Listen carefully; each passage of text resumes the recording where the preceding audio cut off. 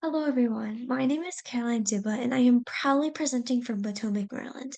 My mentor is Kiara Manosalves, and I can't wait to share with you my Great Chameleons on the Rise research study. This study is about discovering why mental illness is increasing in the LGBTQ community. Marsha Linehan is a role model to me, given that she created dialectical behavioral therapy after struggling with borderline personality disorder in her adolescent years.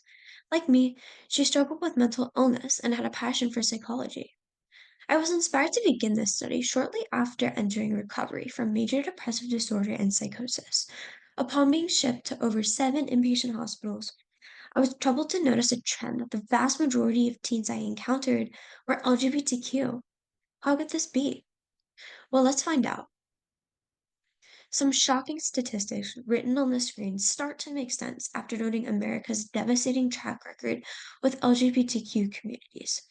During the Cold War, anyone discovered to be LGBTQ was terminated from their government employed position, including the military, all because of the conspiracy that gay people were communists. In fact, it wasn't until 2015 that the Supreme Court case of Obergefell v. Hodges made same sex marriage legal across the US. So let's begin.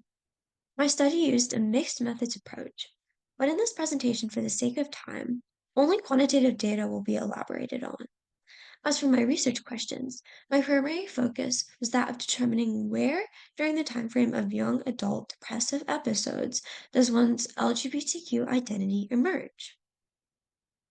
Here are the 3 steps that I used to carry out my research. First, the blueprint. I formed a 20-minute survey consisting of a plethora of multiple choice and free response questions. The survey had 6 sections divided up into a school, family, religion, politics, and social tier. Originally, I had planned to hold a Zoom focus group. This quickly deteriorated with my IRB, given that the concept of triple vulnerability existed. My participants were deemed vulnerable due to risky topics like suicide and depression, given that they are a part of a minority group, are of a young age, and have mentally ill characteristics. Moreover, maintaining confidentiality required a less interactive approach. In an attempt to decrease risk factors, I constructed a large list of mental health referral links, such as the Trevor Project, to allocate to my participants. Second, data collection. Recruitment was especially hard given that my high school rejected any means for partaking in this study, since it could be a liability risk to Montgomery County Public Schools. So, I decided to take an alternative route for constructing my IRB with only social workers, a lesser known loophole to forming an IRB.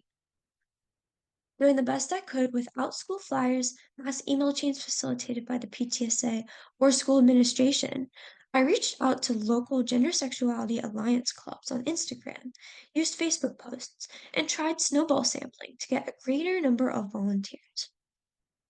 Third, data analysis.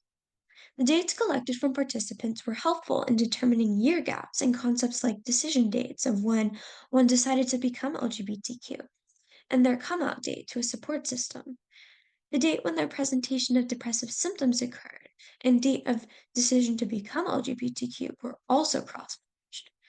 Scores were also calculated by means of a scale from 1 to 10 when it came to identifying with suicidality and identity crises.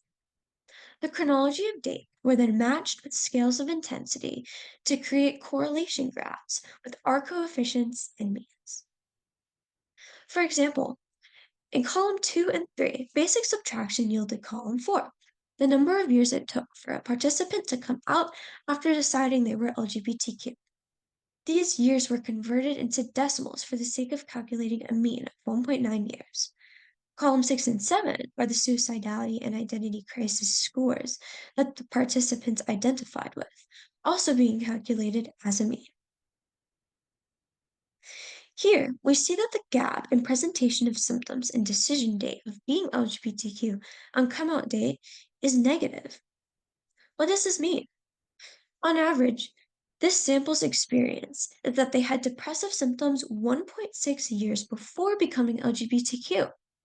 This is contrary to present research that states LGBTQ teens are becoming depressed due to societal prejudice. Let's explore a bit deeper. Correlation coefficients of 0.44 and 0.414 demonstrate a positive correlation between suicidality and identity crises and symptom presentation date gaps from decision dates. So, with respect to correlation, not causation, those who experienced symptoms of depression before the decision to come out experienced highest levels of identity crises.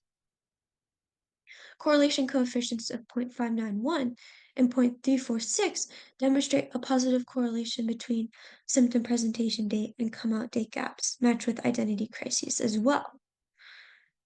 The more time it takes for symptoms and one's come out date to occur in succession, the worse their identity crisis score is. Likewise, the longer it takes for one to come out after the decision to become LGBTQ, the worse their suicidality score is. Having depressive symptoms prior to becoming LGBTQ is contrary to what current speculation depicts. Current research states that people become depressed as LGBTQ teens from societal criticism and prejudice take place.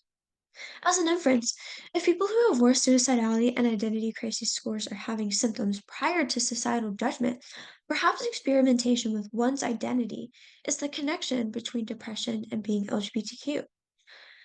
When people suffer, they find coping skills and make changes. Changing is a big portion of one's identity to quell emotional suffering may take place. As another inference, when people take longer to come out from the decision date, it implies a longer period of internalization, anxiety in holding a secret, and strained hypotheticals. If the buildup is met with a negative response from a support system, the stakes become much higher. Finally, as a suggestion, studies like mine need bigger sample sizes to provide data with stronger correlation coefficients around zero point 0.6 to 1. Different sources of depression in the LGBTQ use are predicted to be presented in a manner that these three models explain that I created.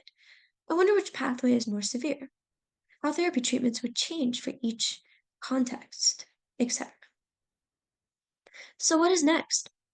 As galvanized by Marsha Linehan, I drafted my own therapy agenda called Reductive Hypotheticals. This new type of therapy that is sexuality based when people feel lost and have an identity crisis. In this agenda, we zone out everything we have learned and know, such as politics, religion, family, and validation, to imagine one's soul and situation without external opinions. Taking pieces out of the picture and focusing on the benefits or cons of its absence brings esteem needs to light from Maslow's hierarchy of needs.